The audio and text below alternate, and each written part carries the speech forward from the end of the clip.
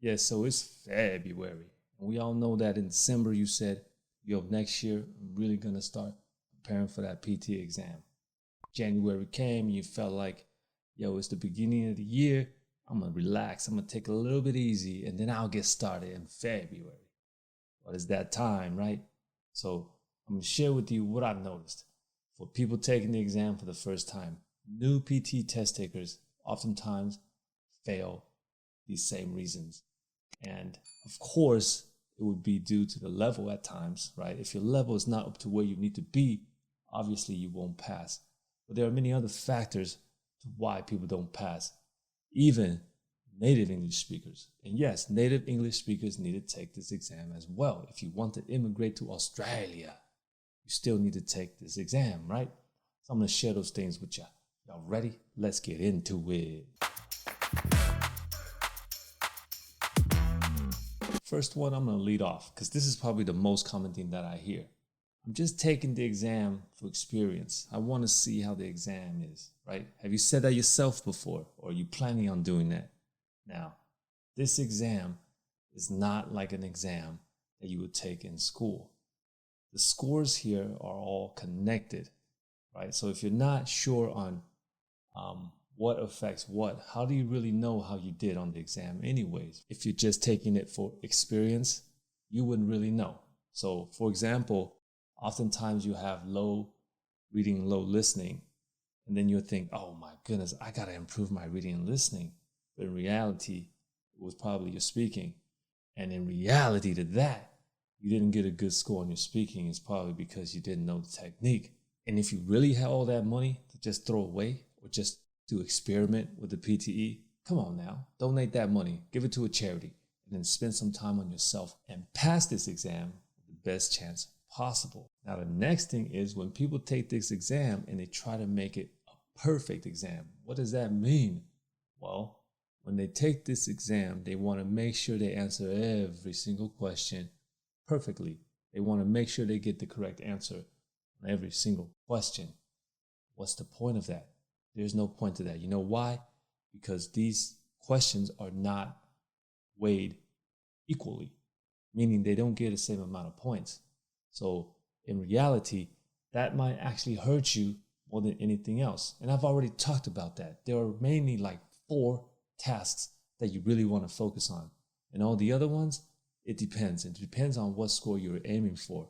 But there are 4 main tasks. I'll link that video above if you haven't seen it. Other than that, please, there are questions that you should not waste any time on. I also made a video for that, and you can check that out as well. So you got to understand what questions are important. Do not go into this exam thinking you're going to try and answer every single question correctly. And that leads us to the next one. Third most common thing that I see happen is running out of time, mismanagement of the time, because you try to answer every single question correctly. What's going to happen? Well, the system, the test is designed that way. If you take this exam and try to answer every single question correctly, you're also going to mismanage that time. You will run out of time on the most important questions. And it is set up that way. If you don't finish the most important questions, such as the very last task in the listening, which is called the write from dictation, if you do not finish that, 79 is out of reach. You will not get 79. Now, depending on how many sentences you miss, you might not get 65 as well. Now, again, you do not want to try to answer every single question correctly because that will make you mismanage the time. Now, the next most common mistake first-time test takers make is, well, first of all, have you heard of this before? Too many chefs in the kitchen. It means too many people are giving you instructions, giving you directions on what you need to do for this exam. First of all, everybody has their own opinion.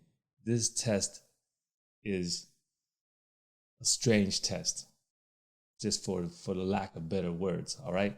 Now, what I mean by that is we don't really know. I speak for myself as well. I don't know. Everybody is just giving you an opinion on what they think works on the exam. If they're telling you fact, bullshit. I call bullshit. Nobody knows, okay? Now, it doesn't mean you gotta follow me. I'm saying everybody's got an opinion. So if you're doing like self-study and you're finding resources all over the internet, you're gonna be so lost. And if you try to follow every single thing you hear on the internet, you're just throwing your money away. Might as well just donate that as well, okay? Because you're gonna be confused on which direction to follow. So if you're taking a course at a PT school, it's the same thing. Follow that. I have told my students before, where if they say they want to take one-on-ones with me and then go to a course at a PT school, I told them that I would highly recommend that they just stick to the PT school and not take one-on-ones with me. And the reason is because we might be teaching different things and then they're going to get confused. So I don't actually tell them the other way around. Like, no, you have to take a class with me. You can't go there. Hell nah. I want you to make your own decision. No matter what, I just want to make sure you guys follow one direction. Do not try to mix everything thinking like, I know a little bit of everything and now I'm going to do the test perfectly. Nah, too many chefs in the kitchen. It's going to mess you up. Follow one direction. The next mistake, which is one of the biggest mistakes people make when they're just getting into taking the PTE or preparing for the PTE, is not realizing that this test is very secretive. What do I mean by that? So for example, if you were to take the written test for a driver's license, right, in Australia, you can find those same questions on the internet, exactly the same. If you were to take the immigration test, same thing, you just go on the internet and you will find the exact same questions. Now for PTE, nah, it ain't like that. Yeah, maybe for the reading and the listening tasks, because those questions are not open-ended, they're closed-ended. It's either right or it's wrong. But PTE has a lot of open-ended questions for speaking and for writing. What does open-ended mean? Well, it means that there's no one answer. There are a lot of answers. And that's where it becomes secretive. You don't know. Nobody knows how the PTE is scored. So what happens is they go online and they find unlimited amount of resources for PTE mock tests, unofficial mock tests. PTE itself, they provide a scored mock test, okay? And you're gonna find so many websites that provide unofficial PTE mock tests, and they will give you a score. That might end up hurting you more than helping you. And the reason is because the scoring is not accurate for speaking and for writing. For reading and listening, again, it's closed-ended. It's yes or it's no. It's right or it's wrong. How can you get that wrong, right? But for the speaking and the writing, it's not accurate. So there's times in the past where I've had students message me. It's like, yo, I tried everything that you taught me, man. And I did it on this website and I failed. It didn't work. And my reply to that is always, I don't teach you to pass those websites. What are you going to do with that? You're going to show that to the government? Like, hey, look, I passed this website. I don't know what it is. They say they teach PTE. What are you going to get with that? Nothing. I teach you to pass the real exam. And everything that I teach, I tested on the real exam. Time and time again. One of the biggest issues is they adjust their speaking to pass those unofficial websites, unofficial mock tests.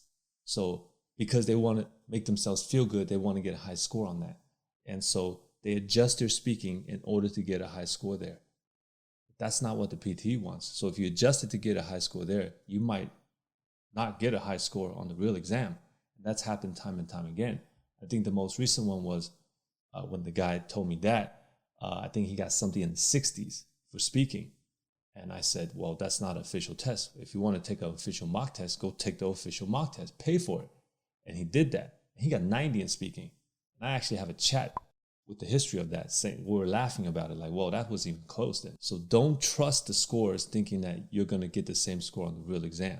You want to use it for practice, more power to you. Definitely use all of those websites for practice to get your timing right. But to trust the scores that come out of that, that is highly, highly not recommended. If you're just starting out preparing for the PTE, remember to check out my other tutorials because I provide real tips and tricks on how to get your PTE score.